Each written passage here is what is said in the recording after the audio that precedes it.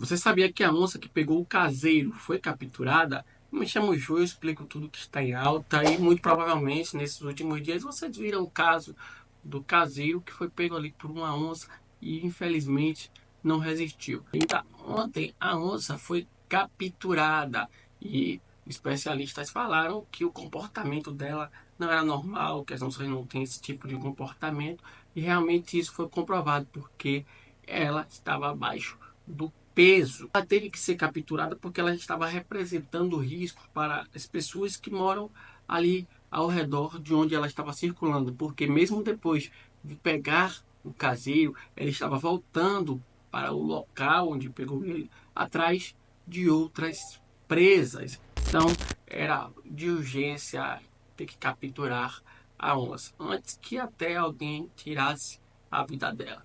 E é isso, essas foram as últimas atualizações do caso do caseiro.